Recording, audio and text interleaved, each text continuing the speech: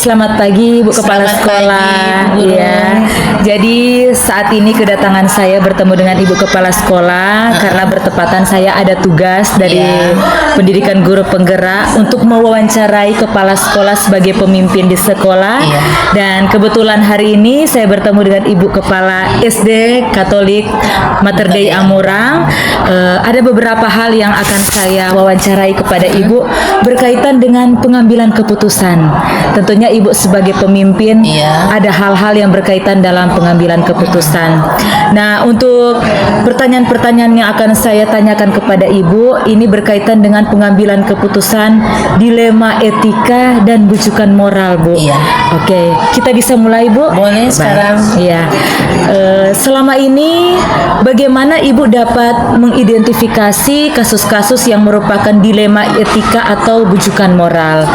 Yang terjadi di sekolah saat ini di SD Katolik Mater Dei Amurang mengenai perkelahian siswa. Oh, iya.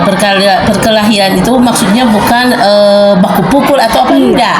Misalnya kelas 1 2 3 paling baku-baku gara. Oh, baku-baku gara seperti itu. Dan menjadi dilema ini dorang yang enggak kasih lapor Pak Wali kelas atau kepala sekolah tapi langsung ke orang tua. Nah, seperti itu. Jadi dilema juga ya kepada kepala sekolah. Nah, dari apa yang disampaikan oleh Ibu tadi, selama ini bagaimana Ibu menjalankan pengambilan keputusan di sekolah, Bu? Dengan menindaki siswa yang berkelahi tadi, terus menghubungi wali kelas yang ada di kelas tersebut. Iya. Seperti itu. Biasanya ada langkah-langkah atau prosedur seperti apa yang Ibu jalankan ketika menindaki dari permasalahan tersebut, Bu? Dengan menghubungi wali kelas, mengkonfirmasi mengenai anak yang bakalai itu. Bakalai berarti bukan baku tumbuh, baku pukul, enggak. Cuma baku-baku gara seperti itu. Jadi biasanya kelas 1 2 dorang kan maunya diperhatikan. Jadi kalau misalnya ada teman satu yang bagara, gurunya ndak langsung perhatikan, nah itu yang menjadi dorang sakit hati. Dorang pergi lapor Pak orang tua. Jadi sebagai kepala sekolah tentu menghubungi wali kelas, memberitahu kalau misalnya ada anak yang balapor, dia dorang dagara atau DP barang apapun dorang petamang da ambe harus diperhatikan. Seperti itu khususnya yang kelas rendah. Kelas rendah. Oke.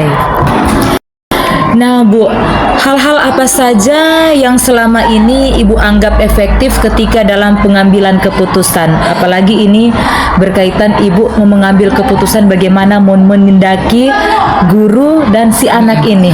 Saya merasa efektif ketika dapat bekerja sama dengan wali kelas. Seperti itu. Memang butuh kerjasama juga ya dengan wali kelas. Kalau menurut Ibu, adakah ada hal-hal yang menjadi tantangan enggak buat Ibu dalam pengambilan keputusan? Tidak ada.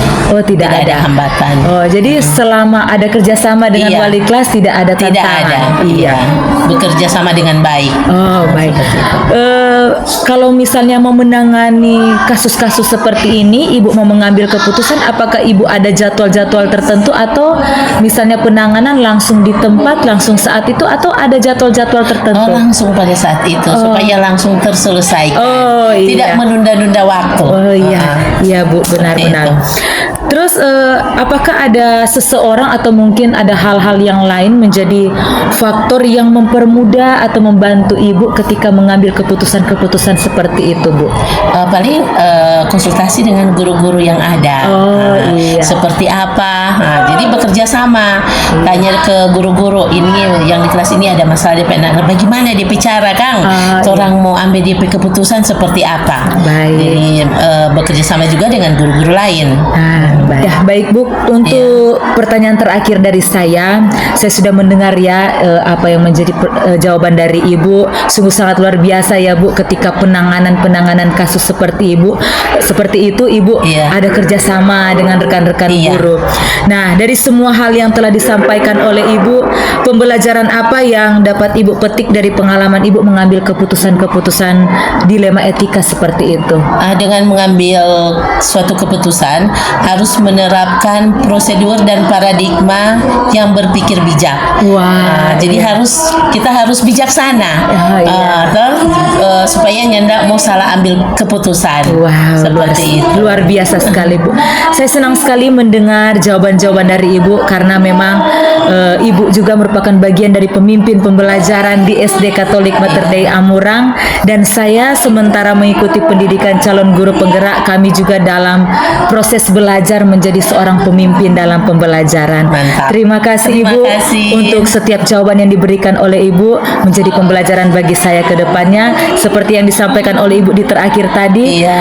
ketika mengambil keputusan kita harus menerapkan pemikiran yang bijak. Bijak, iya. Terima kasih banyak Bu Terima untuk kasih. waktunya. Tuhan memberkati ya Bu. Amin.